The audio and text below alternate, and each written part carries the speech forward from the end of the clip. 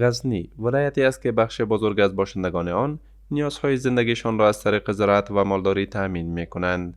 اما همانند سایر ولایت کشور، در این ولایت نیز به دلیل خشکسالی‌های پیهم و استفاده بیش از حد از آبهای زیرزمینی برای زراعت، سطح آبهای زیرزمینی روز به روز کاهش یافته و مردم را با مشکلات فراوان روبرو ساخته است.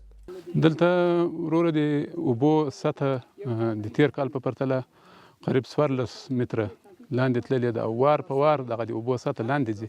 تیر کال موږ خپله برمه وواله، یوه برمه موږ وواله چې اوبه پر 15 متره باندې وي. اوس فعلا موږ شوه کړي د مایان 2 متره. خواستم از مردم است که کوشش کنند که در آب خود صرفه‌جویی کنند و آب بی‌جا مصرف نکنند و خواستم از دولت است که ذخیره‌گاه‌های آب، بندهای آب و جایهایی که آب ذخیره شود توسط باران و وقتی که باران میشود آب ذخیره شود آنجا. در همین حال مسئولان میگویند در سال روان در این ولایت صدها پروژه بزرگ و کوچک در بخش مهار آب و دسترسی به آن تطبیق شده است. د غزنی په ولایت کې په دریو ولسوالیو کې کارونه سوي چې په هغې کې یو اجیرستان ولسوالي هغلته تحکیماتو نو د هغه تحکیماتو کارونه پوره سوي. په واغظ ولسوالي کې چک ډیم د هغه کارونه تکمیل سوي.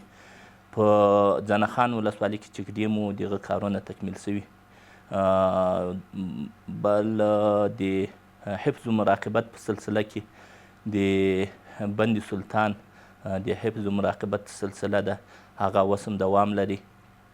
تقریبا تر 10% پورې کارونه تکمیل سوي. موږ دغه تقریبا مجموعي 115 کاري روزونه ترمیم کړي دي او 14 د اوبو شبکې دي او دغه د موږ ترمیمات.